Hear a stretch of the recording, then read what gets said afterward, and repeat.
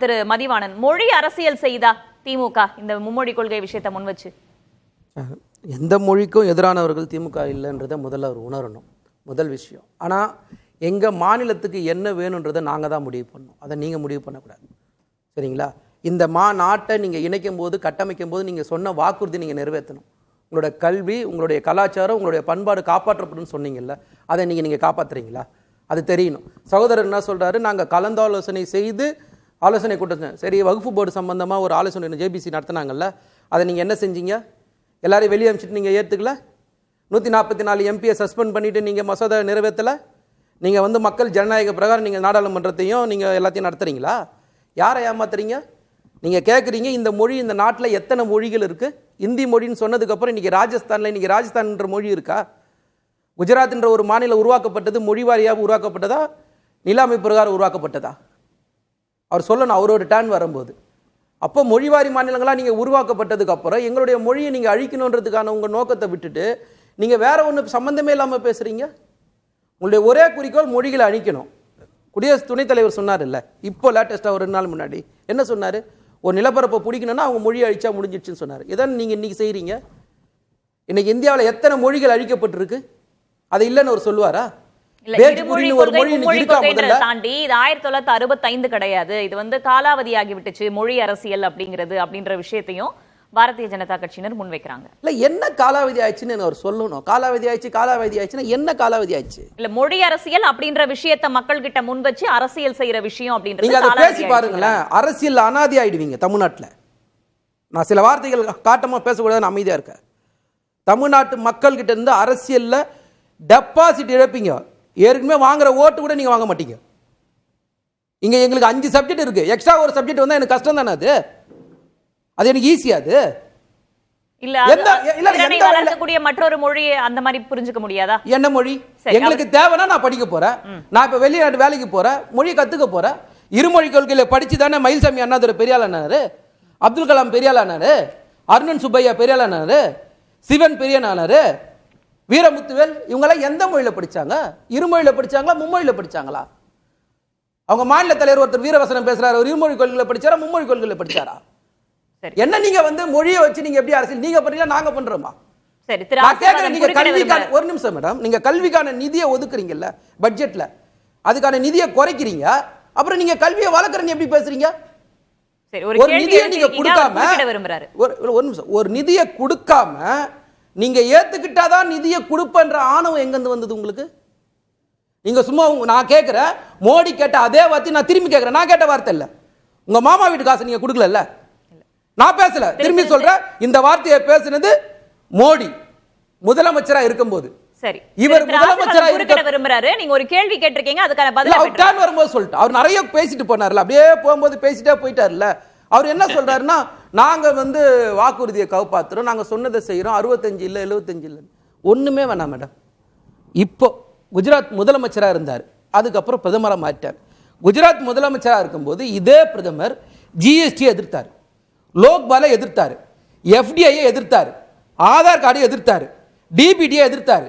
நான் ஆட்சிக்கு வந்தா விலைவாசியை கட்டுப்படுத்துவேன்னு சொன்னார், ஜிடிபியை குறைப்பேன்னு சொன்னார், எல்லையை பாதுகாப்பேன்னு சொன்னார், வெளியுறவு கொள்கையை ஸ்ட்ராங்காக நிறுத்த வைப்பேன்னாரு, ஊழலை ஒழிப்பேன்னு சொன்னார், நீதித்துறை செயல்பாடு சிறப்பாக இருக்குன்னு சொன்னார், தன்னாட்சி பெற்ற அமைப்புகள்லாம் நான் சிறப்பாக செயல்பட வைப்பேன்னு சொன்னார், அண்டை நாடுகள் உறவுகள்லாம் நான் பாதுகாப்பேன்னு சொன்னார், கங்கையை தூய்மை செய்வேன்னு சொன்னார், புல்லட் ட்ரெயின் விடுவேன்னு சொன்னார், கருப்பு பணத்தை ஒழிப்பேன்னு சொன்னார், 15 லட்சம் ரூபாய் அக்கௌண்ட்ல போடுவேன்னு சொன்னாரு, ஆண்டுக்கு 2 கோடி பேருக்கு வேலை கொடுப்பேன்னு சொன்னாரு. இதெல்லாம் காப்பாத்தினாரா? சரி, இதை எல்லாம் அவர் காப்பாத்தினார். அவர் சொல்லுங்க. இல்ல இப்ப திமுகவை நோக்கி அந்த கேள்வி வரும் இல்லையா? நீங்க இந்த ஆட்சிக்கு நாங்க வந்ததுக்கு அப்புறம், மோடி ஆட்சிக்கு வந்ததுக்கு அப்புறம் எங்கேயாவது ஒரு இடத்துல மாநில உரிமைன்னு ஒண்ணு இருக்கா? சரி, மாநில சுயாட்சின்ற பேச்சு எங்கேயாவது ஒரு இடத்துல இருக்கா? அவர்கிட்ட கேட்டலாம். கல்விக்கான உரிமை இங்க இருக்கா? மொழிக்கான உரிமை இருக்கா? இனத்துக்கான உரிமை இருக்கா? பதில கேட்டு வந்தேன். திரு ஆசீர்வாதம் குறுக்கிட விரும்புனீங்க, உங்களுடைய கருத்து? அதாவது மதிவாணன் வந்து சொன்னாரு, அதாவது மொழிகள் வந்து அழிஞ்சு போய்விட்டன அப்படின்னு. அதே கருத்தை தான் திரு மு.க. ஸ்டாலின் அவர்களும் வந்து சொன்னாரு. அவர் வந்து ஒரு பெரிய நீண்ட பட்டியலே போட்டாரு. பிரிஜ் பாஷா, புந்தேல்கண்ட், போஜ்புரி, அவதி, கன்னோஜ், கடுவாலி அப்படின்னு. ஆக்சுவலி வந்து இந்த மொழிகள் எதுவுமே வந்து அழிஞ்சு போகல. அது வந்து அவருக்கு வந்து சரியான ஒரு புரிதல் இல்லாம அவர் பேசல அப்படின்னு நினைக்கிறேன்.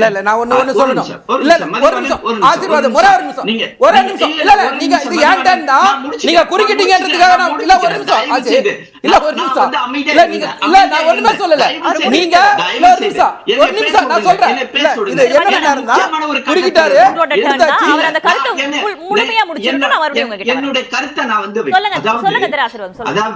அதாவது இதே ஹிந்தி மொழியா இருந்தாலும் சரி, அது வந்து கடிமொழியா இருந்தாலும் சரி, தேவநாகரி ஸ்கிரிப்ட் அதுக்குரிய அதுலதான் ஹிந்தி மொழி இருக்குது. இன்னைக்கு உத்தரப்பிரதேசத்தை நீங்க எடுத்துக்கிட்டீங்கன்னா அதனுடைய வந்து டோபோகிராஃபி அப்படின்னு பாத்தீங்கன்னா அது வந்து பல பிரிவுகளான ஒரு பிரதேசம் வந்து இணைஞ்சிருக்கிறது. அதுல அவத் இருக்குது. அவதுன்றது வந்து ஆக்ரா, இது பேருனா ஆக்ராக்கு பக்கத்துல உள்ள மதுரா, அதுக்குள்ள பக்கத்துல உள்ள பிருந்தாவன்.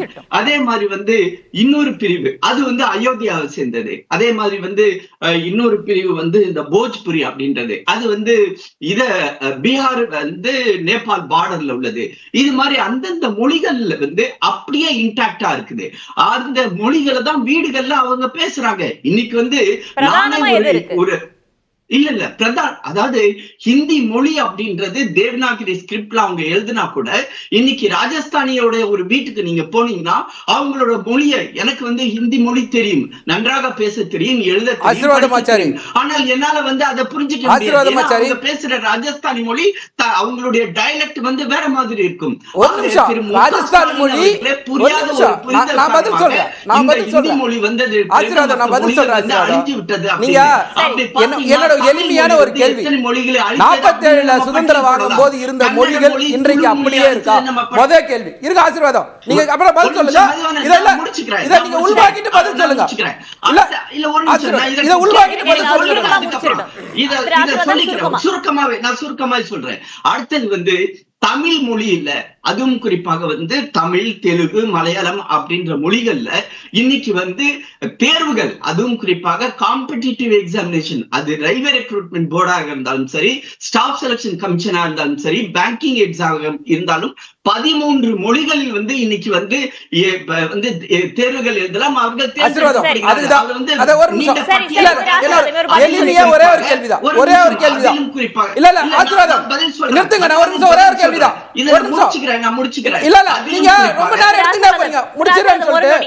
என்னோட ஒரே ஒரு கேள்விதான், 47 சுதந்திரம் வாங்கும் போது இருந்த மொழிகள்லாம் இன்னைக்கு அப்படியே இருக்குதுன்னு அவரால் நிரூபிக்க முடியுமா? ஒண்ணு. 8வது அட்டவணையில் இருக்க 22 மொழியும் நீங்கள் அலுவல் மொழியா மாத்தல, உங்களுக்கு என்ன பிரச்சனை இருக்கு? 2வது, சென்னை உயர்நீதிமன்றத்தில் வழக்காடு மொழியா நாங்க தமிழை கேட்டுன்னு இருக்கோம். எத்தனை வருஷமா கேட்டுன்னு இருக்கிறோம்? ஏன் நீங்க கொடுக்க மாட்டீங்க? உங்களுக்கு என்ன தடுக்குது? இந்த 3 கேள்விக்கு அவர் நேரடியா பதில் சொல்லுங்க. அதாவது மதியவன்ட்ட நான் ஒண்ணு சொல்ல போறேன். மொத்தம் இந்தியால 19,500 டயலக்ட், அதாவது வந்து பேசக்கூடிய மொழிகள் எழுத்து வடிவில் கிடையாது. அதுக்கப்புறமேட்டு 121 மொழிகள், அது வந்து இந்த தரவுகள் எல்லாருக்கும் தெரியும். 22 இந்த தரவுகள் எல்லாருக்கும் தெரியும். நான் கேட்ட கேள்வி அது இல்ல. நீங்க மொழி அரசியல் செய்வதற்கு நான் வந்து சொல்ற காரணம் என்ன தெரியுமா? மொழி அரசியல், ஒரு நிமிஷம் ஆசீர்வாதம், நான் ஒரு சொல்றேன். மொழி அரசியல் என்ற பேசுற வார்த்தையே மிகப்பெரிய தவறு. நீங்க தமிழ்நாட்டை பத்தி தெரியல, உங்களுக்கு மொழி போர் பிரச்சனையை பத்தி உங்களுக்கு தெரியல, மொழி போர் தியாகிகள் பத்தி உங்களுக்கு தெரியல. நீங்க அத பத்தி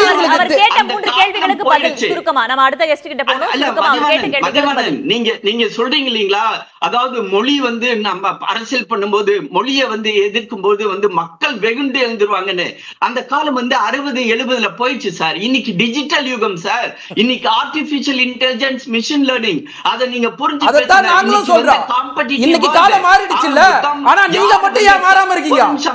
நீங்க மட்டும் ஏன் பிற்போக்குத்தனமா இருக்கீங்க? இன்னும் மேடம் மொழியை வச்சு மதத்தை வச்சு அரசியல் பண்றது நீங்க தான். ஒரு மதிவான ஒரு நொடி அவர் தொலைத்தொடர்பு மூலமா நினைச்சிருக்காரு. அவர் முடிச்சிட்டோம். சுருக்கமா முடிச்சிருக்காரு ஆசீர்வாதம். அடுத்த அதாவது மதிவான நான் சுருக்கமா ஒரே சென்டென்ஸ்ல முடிக்கிறேன் மேடம். அதாவது இன்னைக்கு சர்வைவல் ஆஃப் தி ஃபிட்டஸ்ட், அதுதான் வந்து இன்னைக்கு கேள்வி. யாரால அதிகமான ஒரு மொழிகளை அவங்க படிக்கிறாங்களோ பிரயோகம் பண்றாங்களோ அவங்க வந்து இந்த காம்படிட்டிவ் நாங்க படிச்சுக்கிறோம் சார். நீங்க திரும்ப திரும்ப என்ன சொல்றீங்க?